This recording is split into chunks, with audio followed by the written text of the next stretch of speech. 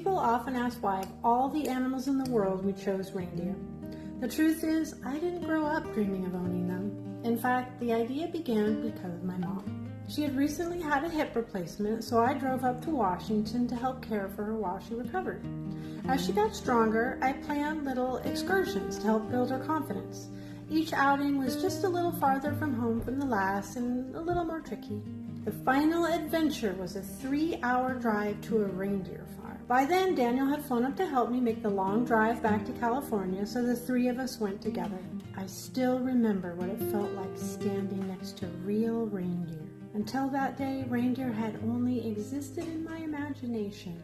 They belonged on Christmas cards and storybooks and the magic of childhood. And then, there they were, real, breathing, curious, gently taking treats from my hand. What surprised me most was that they weren't magical in the way I'd imagined as a child. They were something even bigger. They were abnormally normal.